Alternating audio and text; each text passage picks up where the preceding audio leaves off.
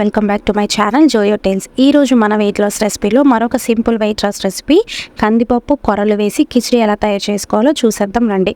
దీనికోసం ఫస్ట్ అయితే స్టవ్ వెలిగించి కుక్కర్ పెట్టుకొని అందులో కొంచెం నెయ్యి వేసుకోవాలి. నెయ్యి కాగిన తర్వాత అందులోనే చిన్న ముక్కలుగా కట్ చేసుకున్న వెల్లుల్లి, అల్లం, జీలకర్ర, అలాగే పచ్చిశనగపప్పు, ఆవాలు, పచ్చిమిర్చి, ఎండుమిర్చి వేసుకొని ఈ తాలింపు అంతటిని అయితే బాగా ఫ్రై అవనివ్వాలి.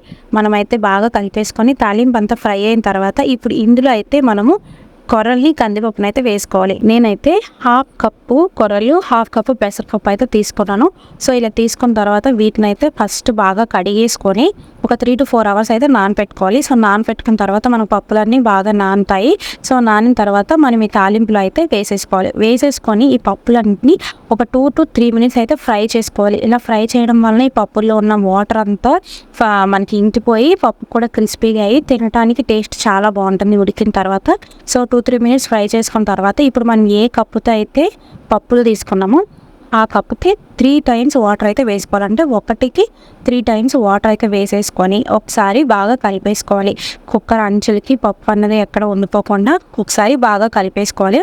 బాగా కలిపేసుకున్న తర్వాత ఇప్పుడు ఇందులో మనం టేస్ట్కి సరిపడినంత ఉప్పు అయితే వేసుకోవాలి. ఉప్పు మనము కరెక్ట్ క్వాంటిటీ వేసుకుంటే మనకి చాలా బాగుంటుంది.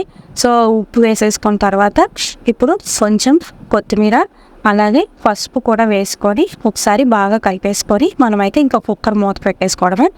3 to 4 విజిల్స్ వస్తే సరిపోతుంది. మీకు ఎలాంటి కన్సిస్టెన్సీలో కావాలో దాన్ని బట్టి మీరు కుక్కర్ విజిల్ అయితే పెట్టుకోండి. నాకైతే కొంచెము లిక్విడ్ కన్సిస్టెన్సీలో కావాలి కాబట్టి నేనైతే 3 to 4 విజిల్స్ పెట్టుకున్నాను. మీకు కనుక ఇంకా కొంచెం గట్టిగా కావాలి అనుకుంటే ప్రెషర్ పోయిన తర్వాత మళ్ళీ స్టవ్ వెలిగించి ఒక 3 to 4 minutes ఈ పప్పును ఉడకనిస్తే మనకు అనమాట ఈ కిచిడి దగ్గర పడిపోతుంది. ఇదైతే చాలా టేస్టీ రెసిపీ, అలాగే ఈజీ రెసిపీ కూడా. మీరు కూడా తప్పకుండా ట్రై చేయండి. ఈ వీడియో కనుక మీకు నచ్చినట్లయితే వీడియోని లైక్ చేసి ఛానల్ని సబ్స్క్రైబ్ చేసుకొని మళ్ళీ రేపటి వీడియోలో ఇంకొక సింపుల్ వెయిట్ లాస్ రెసిపీతో కలుద్దాం.